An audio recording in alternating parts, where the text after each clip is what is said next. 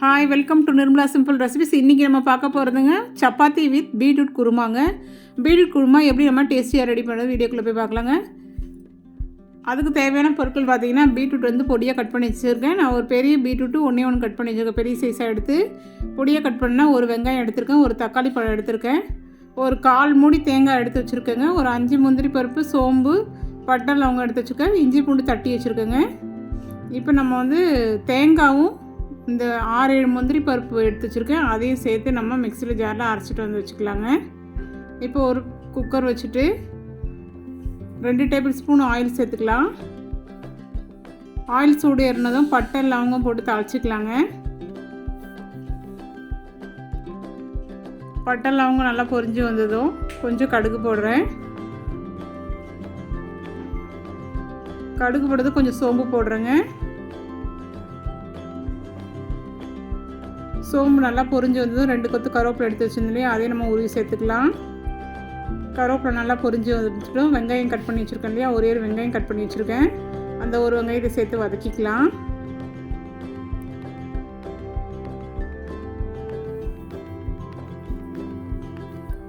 வெங்காயம் நல்லா வதக்கிக்கலாங்க. வெங்காயம் நல்லா வதங்கி வந்துச்சு. இப்போ ஒரு தக்காளி பழம் கட் பண்ணி வச்சுருக்கேன், அதையும் சேர்த்துக்கலாம்.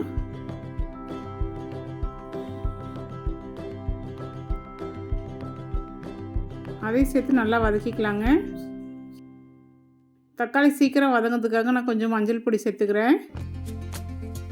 ஒரு 1/4 டீஸ்பூன் அளவு மஞ்சள் பொடி சேர்த்துக்கலாம். மஞ்சள் பொடி சேர்த்து நல்லா வதக்கிக்கலாம். இப்போ நான் இஞ்சி பூண்டு வந்து கொரப்பாக தட்டி வச்சுருக்கேங்க, அதையும் சேர்த்துக்கலாம்.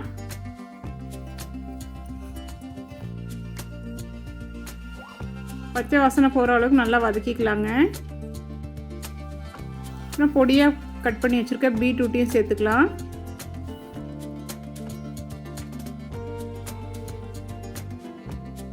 பீட்ரூட்டையும் சேர்த்து நல்லா வதக்கிக்கலாம்.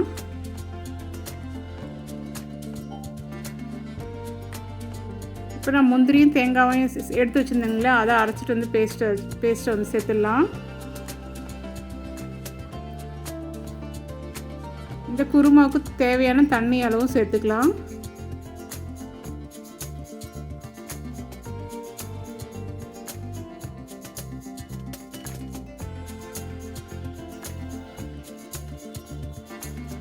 இந்த குருமாவுக்கு தேவையான காரப்பொடியும் சேர்த்துடலாங்க. சில்லி பவுடர் நான் 1 டீஸ்பூன் அளவு சேர்க்குறேன்.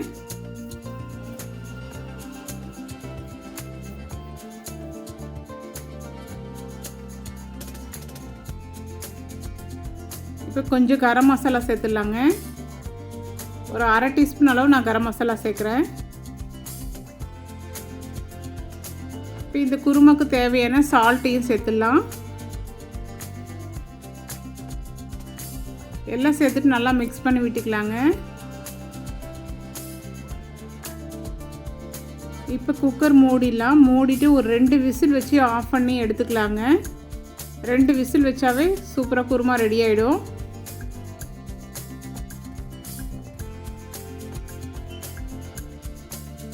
நல்லா இப்போ வந்து கமகமன்னு பீட்ரூட் குருமா ரெடி ஆகிடுச்சுங்க.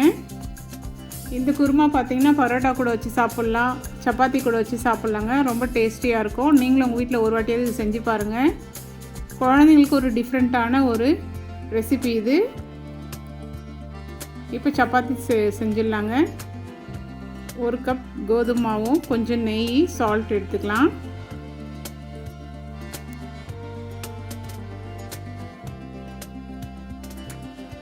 தேவையான அளவு சிறிதாக கொஞ்சம் தண்ணி விட்டு நம்ம சப்பாத்தி மாவு ரெடி பண்ணிக்கலாங்க.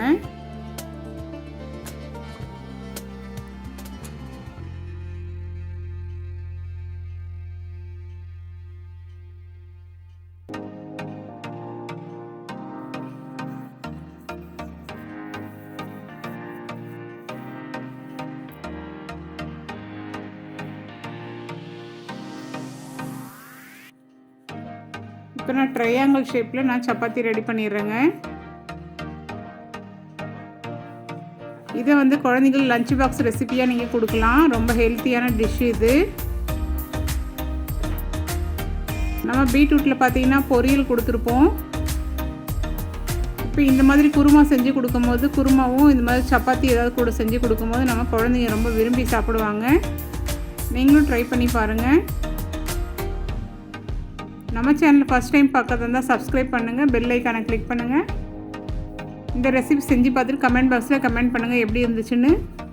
இந்த வீடியோ உங்களுக்கு பிடிக்கும்னு நினைக்கிறேன். பிடிச்சிருந்தால் லைக் பண்ணுங்கள்.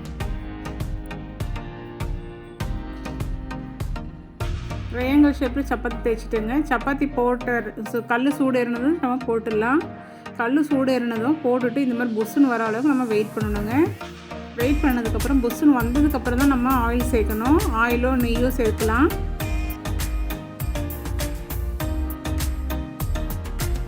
டேஸ்டியான சப்பாத்தி ரெடி ஆகிடுச்சு வித் குருமாவோட. நீங்களும் மறக்காமல் உங்கள் வீட்டில் ட்ரை பண்ணி பாருங்கள். தேங்க்யூ.